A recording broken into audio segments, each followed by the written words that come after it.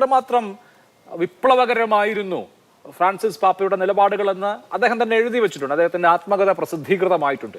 നമുക്കറിയാം അദ്ദേഹം എന്തൊക്കെ ചെയ്തിട്ടുണ്ട് കഴിഞ്ഞ 12 കൊല്ലം എന്ന്.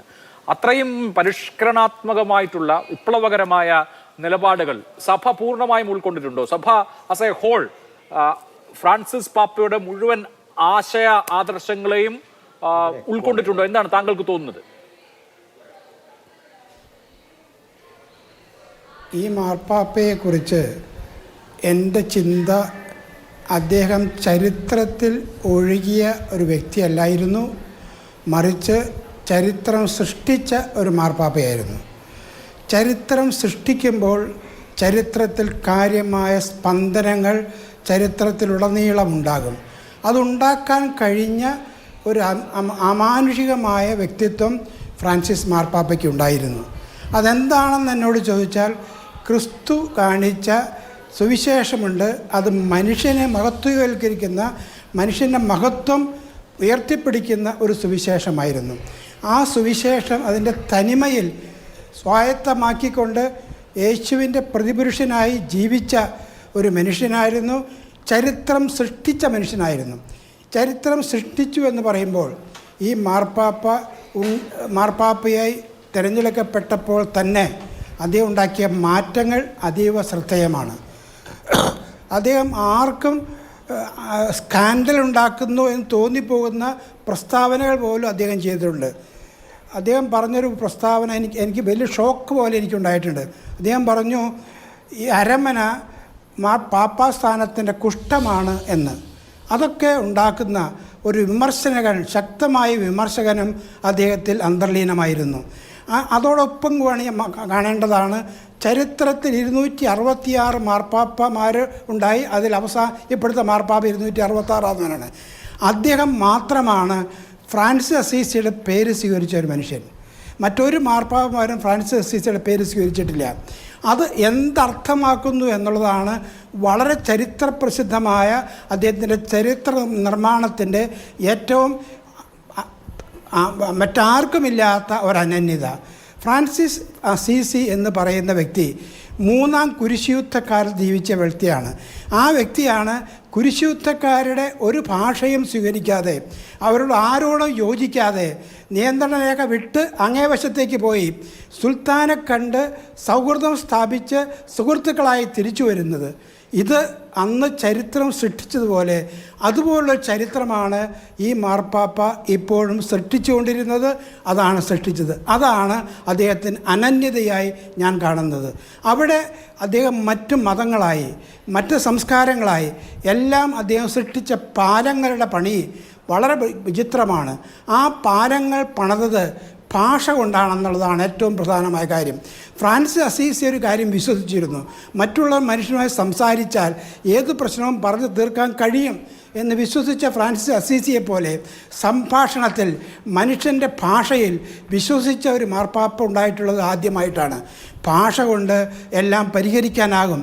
അതാണ് മാർപ്പാപ്പ 12 വർഷം കൊണ്ട് 14 അറേബ്യൻ രാജ്യങ്ങൾ സന്ദർശിച്ച് ഇസ്ലാം മതവും ഇസ്ലാം വിശ്വാസികളുമായി നല്ല ബന്ധം ഉണ്ടാക്കിയത്. നമുക്കെല്ലാവർക്കും ചരിത്രം വായിക്കുന്നവർക്കും ചരിത്രം ജീവിക്കുന്നവർക്കും അറിയാം. സാമുവൽ ഹണ്ടിങ്ടൺ പറഞ്ഞിട്ടുണ്ട്, ഇനി വരാൻ പോകുന്നത് വാർ ഓഫ് സിവിലൈസേഷൻ, നാഗരികതയുടെ യുദ്ധമായിരിക്കും. അത് വെസ്റ്റേൺ രാജ്യങ്ങളും അറബി രാജ്യങ്ങളുമായിരിക്കും എന്നൊക്കെ പച്ചയായിട്ട് അദ്ദേഹം പറഞ്ഞിട്ടുണ്ട്. ഇതൊക്കെ മനസ്സിലാക്കിയിട്ടുള്ള മാർപ്പാപ്പയാണ് എല്ലാ അറബി രാജ്യങ്ങളിലേക്ക് 14 അറബി രാജ്യങ്ങളിലേക്ക് പോയത്. അതുണ്ടാക്കിയത് ഒരു സ്നേഹമാണ്, സൗഹാർദ്ദമാണ്. അത് നമുക്കുണ്ടാക്കാം, അതിന് മനുഷ്യന് കഴിയും എന്ന് ജീവിച്ച് കാണിക്കുകയും, അതാണ് മാർപ്പാപ്പയുടെ ആത്മകഥയെക്കുറിച്ച് പറഞ്ഞു. അത് ഹോപ്പ് എന്നാണ്. മനുഷ്യനെ ഹോപ്പ്ലെസ് സിറ്റുവേഷൻസ് ഉണ്ടാക്കാൻ പാടില്ല. ഉണ്ടാക്കിയാലും അത് അതിജീവിക്കാൻ മനുഷ്യന് കഴിയും.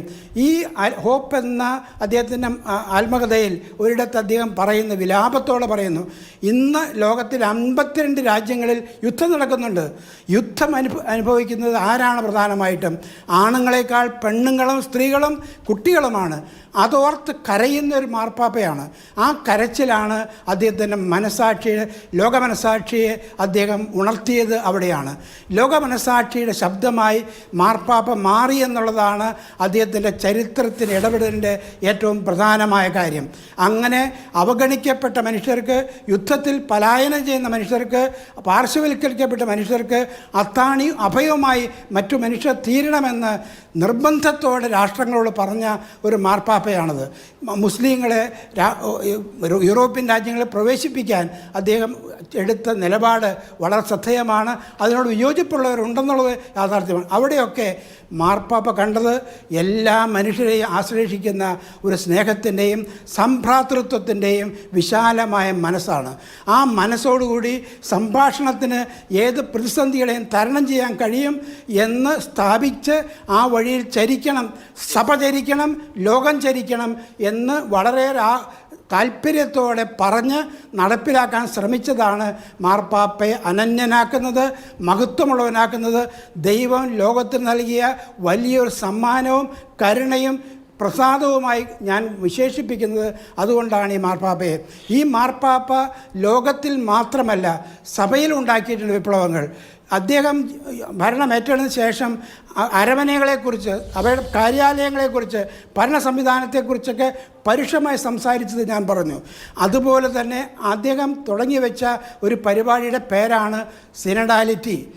2024 ഒക്ടോബറിൽ അവസാനിച്ച സിനഡാലിറ്റി യോഗത്തിനകത്ത് മാർപ്പാപ്പമാരുടെ സിനഡായിരുന്നു അത്. ആ സിനഡിലേക്കാണ് 97 സാധാരണ ക്രിസ്ത്യാനികളെയും സാധാരണ കന്യാസ്ത്രീകളെയും സാധാരണ സ്ത്രീകളെയും അദ്ദേഹം എല്ലാ വോട്ടവകാശത്തോടുകൂടി നിയമിച്ചതും അവരെയും കേട്ട് വേണം കാര്യങ്ങൾ ചെയ്യാനെന്ന്. ഒരു ചെറിയ കാര്യം ഈ മാർപ്പാപ്പയ്ക്ക് പ്രത്യേകമായുണ്ട്. മനുഷ്യൻ്റെ ഏറ്റവും ശക്തമായ, ഏറ്റവും ധാർമ്മികമായ ഇന്ദ്രിയം കേൾവിയാണ് എന്ന് അദ്ദേഹം പറഞ്ഞു.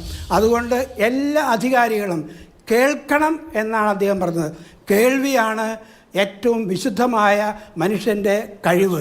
അത് അപരനെ കേൾക്കാൻ, അന്യനെ കേൾക്കാൻ, സഹോദരങ്ങളെ കേൾക്കാൻ, അന്യരെയും ശത്രുക്കളായി പരിഗണിക്കുന്നവരെയും കേൾക്കുക.